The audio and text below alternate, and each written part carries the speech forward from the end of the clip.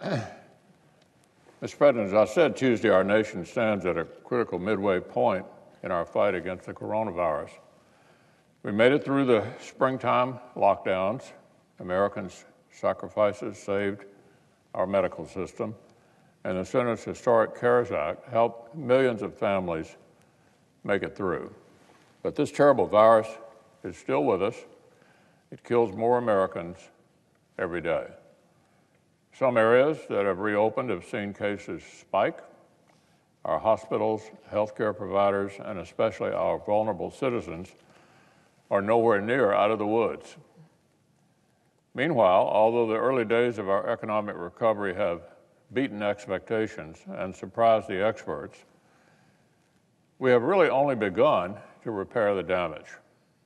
More than 17 million Americans are still jobless. Far too many families are still hurting.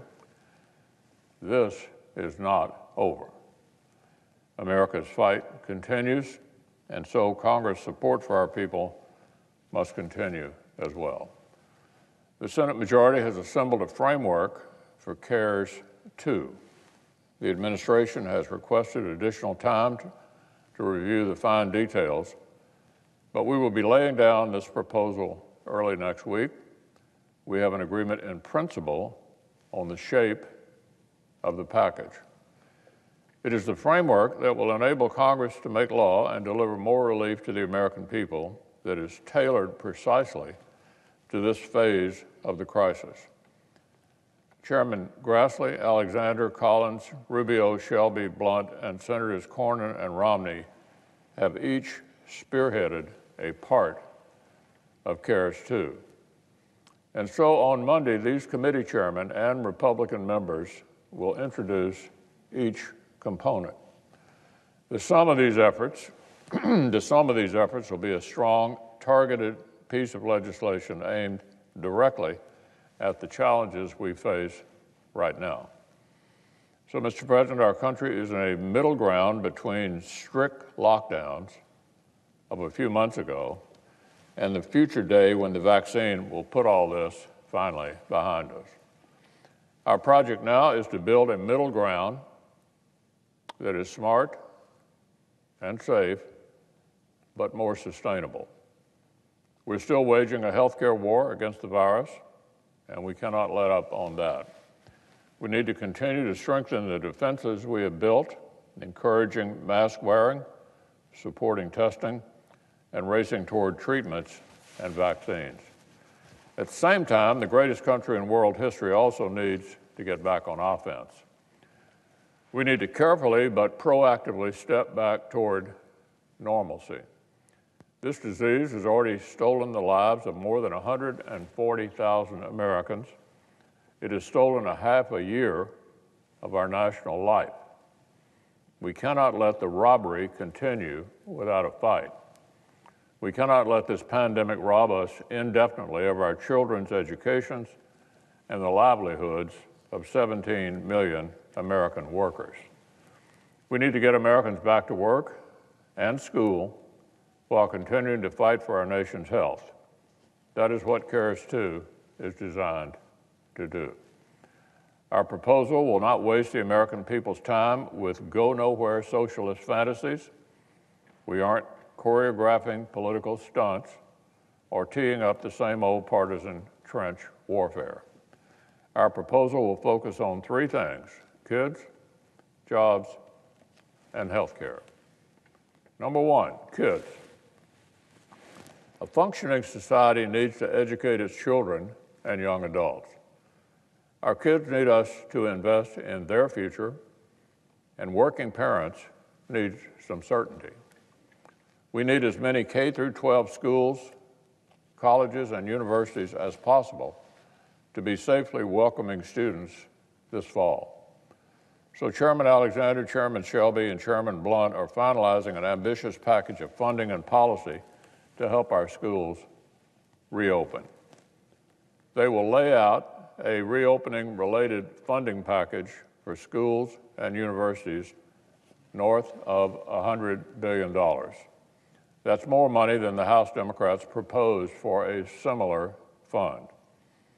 And there will be several important policies to help child care providers, grant new flexibility to elementary and secondary schools, and more. Number two, jobs and the economy.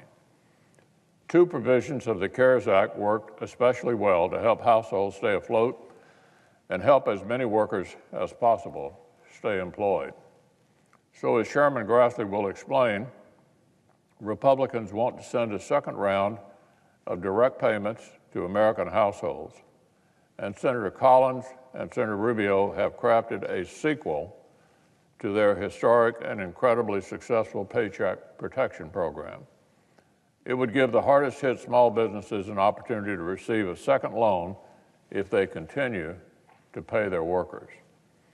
We also intend to continue some temporary federal supplement to unemployment insurance while fixing the obvious craziness of paying people more to remain out of the workforce.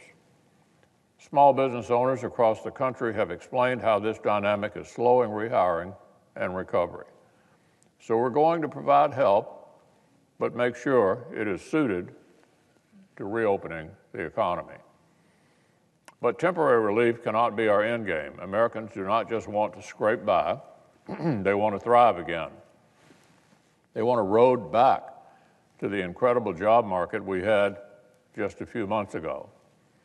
So Chairman Grassley will also lay out bold policies to incentivize retention, encourage rehiring of laid-off Americans, and help businesses obtain PPE, testing, and supplies to protect their employees and entice customers.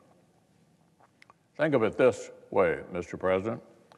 In the spring, our economy needed life support.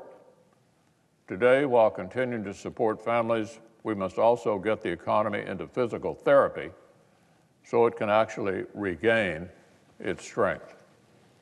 And finally, looking to the long term, the COVID-19 crisis has weakened the critical federal trust funds that Americans rely on.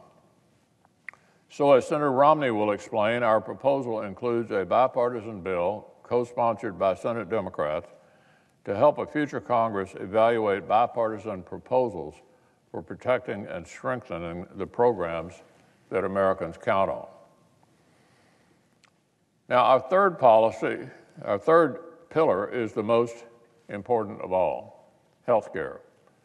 Our entire reopening and recovery depend on knocking this awful virus onto its heels.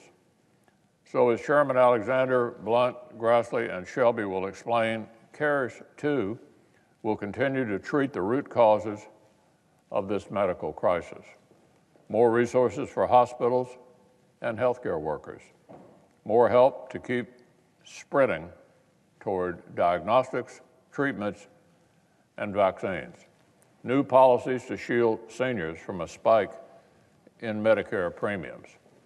And new legislation that will leave us with better surge capacity to produce medical countermeasures right here at home the next time a crisis strikes. There is one more essential element that ties schools, jobs, and health care all together. Legal protections to prevent our historic recovery efforts from simply lining the pockets of trial lawyers. We will preserve accountability in cases of actual gross negligence or intentional misconduct. But we're going to make sure that nurses and doctors who fought an unknown enemy are not swamped by a tidal wave of malpractice suits. And we'll make sure that school districts, colleges, churches, nonprofits, and employers that obey official guidance do not have to delay reopening because they're afraid they'll spend 10 years in court. So this is where Senate Republicans are focused: more support for health care, more direct help for American families, and strong policies to help our country pivot into a safe reopening. We will propose to continue and renew some of the most successful CARES Act policies while adding bold new ideas to help get schools and jobs open for the American people. This is the package our country needs. This is what we will introduce. We are repeating the successful strategy that produced historic bipartisan CARES Act back in March. First, I asked a number of Republicans to spearhead a serious first draft.